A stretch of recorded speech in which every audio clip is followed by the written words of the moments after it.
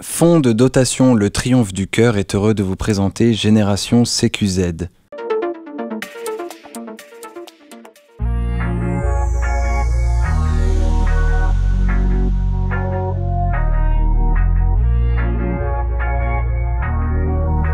Bonjour à tous et bienvenue sur A-News Sécurité dans un nouveau numéro de Génération CQZ. Et aujourd'hui, j'ai le plaisir d'accueillir Théo Bernardi. Bonjour. Bonjour Séverine. Vous êtes en Master 1 Management Stratégie Sécurité à l'École de la Sécurité à Paris 4. Vous venez de terminer ce Master 1. C'est ça. Et alors Théo, à la suite de votre troisième générale, vous décidez d'intégrer le bac professionnel métier de la sécurité. Pourquoi avez-vous choisi cette voie? Alors j'ai toujours voulu me diriger vers les métiers de la sécurité, que ce soit la sécurité privée, publique ou civile. Je savais que je rentrais dans un de ces corps de métier. Donc je fais le choix d'intégrer le bac pro métier de la sécurité. Et après un bac pro, vers quoi on peut se diriger ensuite? Alors le bac pro nous forme et nous permet de devenir agent de sécurité, que ce soit agent de sécurité ou agent de sécurité incendie. Il est vrai que pendant le bac pro, on a des opportunités, notamment pour faire des stages, que ce soit dans le domaine public, donc en police, en gendarmerie, à l'armée, dans le domaine civil, comme chez les pompiers. Et c'est vrai qu'on a une majorité de stages axés sur le privé. Donc ce bac pro, en fait, vous permet d'aller voir un peu partout, voir ce qui peut vous plaire, ce qui peut vous intéresser par la suite. C'est ça. Très ouvert, en fait. C'est ça. On reste quand même majoritairement dans le domaine du privé, mais on nous ouvre également des portes sur les autres corps de métier. Et à la suite de ce bac, vous intégrez un BTS MOS, un BTS Management Opérationnel de la Sécurité. Qu'est-ce qu'on vous apprend lors de ce BTS MOS? Alors c'est ça, du coup je fais partie de la première génération des BTS MOS qui arrivent en France. Donc on nous apprend à être manager dans le domaine de la sécurité privée. On a également un premier pied dans le monde de la sécurité parce qu'on va effectuer des stages, non plus sur le terrain, mais dans des bureaux. En alternance ou des stages? Moi j'ai fait un BTS MOS en initial.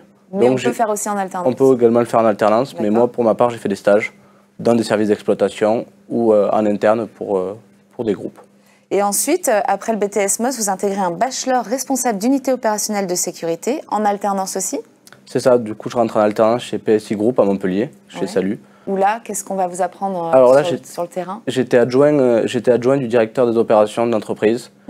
Donc j'ai effectué du contrôle qualité sur les différents sites. Il y avait de la gestion de stock, de la préparation d'événements, un peu de planification. En fait, c'est toutes les étapes de gestion d'une entreprise. Et moi, j'étais vraiment là pour aider le directeur des opérations dans ses tâches quotidiennes, à mon niveau, bien évidemment. Et qu'est-ce que vous apporte le bachelor? Le bachelor apporte une plus-value parce qu'on arrive sur un niveau Bac plus 3, qui est intéressant si on souhaite continuer plus tard dans la fonction publique, c'est intéressant. Ça nous permet également de pouvoir faire la demande de la carte pro dirigeant, ce qui nous permettrait de pouvoir diriger une société ou prétendre à pouvoir ouvrir une société. Ah, d'accord. Voilà. Quand on obtient le bachelor, on peut après créer son entreprise, en fait. C'est ça, en fait, on peut demander une carte professionnelle dirigeant, et après on est apte aux yeux de l'État à pouvoir ouvrir une société. Après, la diriger, c'est autre chose. Vous venez de terminer votre Master 1 adjoint de projet dans le cadre des Jeux Olympiques 2024, donc c'est d'actualité. Qu'est-ce qu'on vous donne comme mission lors de cette alternance? Alors, différentes missions. Dans un premier temps, j'arrive au service exploitation, donc rédaction de consignes, audit de sûreté sur les différents sites qu'avait l'entreprise, réponse aux appels d'offres également. Et ensuite, je me dirige sur la partie, j'intègre l'équipe Jeux Olympiques mise en place par l'entreprise. Donc au niveau des missions, on fait vraiment l'ensemble des missions générales. Donc communication avec le comité d'organisation des Jeux qui nous transmettent les documents à fournir, du recrutement, de la représentation également de l'entreprise. Du recrutement aussi? C'est ça. Et ça va? Vous arrivez à recruter? Ça va, c'est... C'est rassurant. On a utilisé plusieurs leviers, donc participation à des salons, notamment émis par la mission locale France Travail, de la représentation dans l'établissement scolaire, formateur de jeunes dans le domaine de la sécurité ou pas forcément. Pour leur donner envie de rejoindre ces métiers-là? Voilà. Ou directement de la formation Alors il y a une formation qui s'appelle PSGE, qui est une formation qui dure 3 semaines de 106 heures, si je ne dis pas de bêtises. Et le but du jeu, c'était que toutes les personnes ayant plus de 18 ans et un casier judiciaire vierge avaient la possibilité de faire cette formation pour derrière pouvoir travailler l'été dans le cadre des Jeux Olympiques et continuer. D'accord. Et vous avez eu beaucoup de personnes qui se sont manifestées sur cette formation? Ça va, il y a eu un intérêt. Il y a beaucoup de jeunes qui cherchaient du travail et c'était vraiment une opportunité pour eux. D'accord. Aujourd'hui, vous allez commencer votre Master 2. Voilà. Vous êtes à la recherche d'une alternance?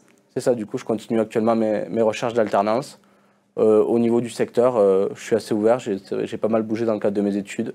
Ouais. Actuellement, je vis sur Paris.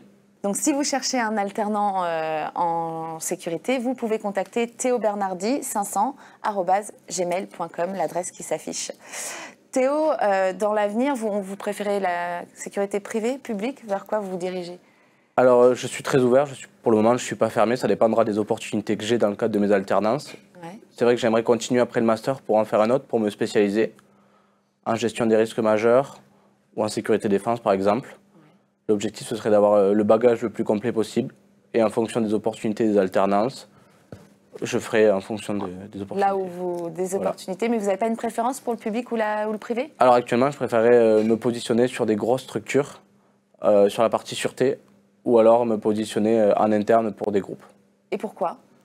Parce que j'estime que la sécurité privée, c'est quand même un autre monde que la sûreté. Ouais. Même si les deux domaines sont très cohérents entre eux. L'exploitation, c'est différent que la sûreté. D'accord. Et actuellement, je me dirige plutôt vers ça. Et quel message vous auriez à faire passer pour les jeunes de cette génération qui ont peut-être envie de rejoindre ces métiers de la sécurité? Mais actuellement, je pense que c'est intéressant ce qui se passe. On sait que c'est un métier d'avenir. Ces dernières années, il y a eu pas mal de formations qui ont été mises en place par l'État, par l'établissement privé, pour pouvoir continuer. Donc je pense que ce serait intéressant pour eux qu'ils se renseignent et qu'ils voient vers où se diriger, s'ils sont intéressés. Eh ben, merci Théo pour ce beau partage avec nous. Merci à tous de nous avoir suivis sur Anews Sécurité et à bientôt pour un nouveau numéro de Génération CQZ. Fonds de dotation Le Triomphe du Cœur a été heureux de vous présenter Génération CQZ.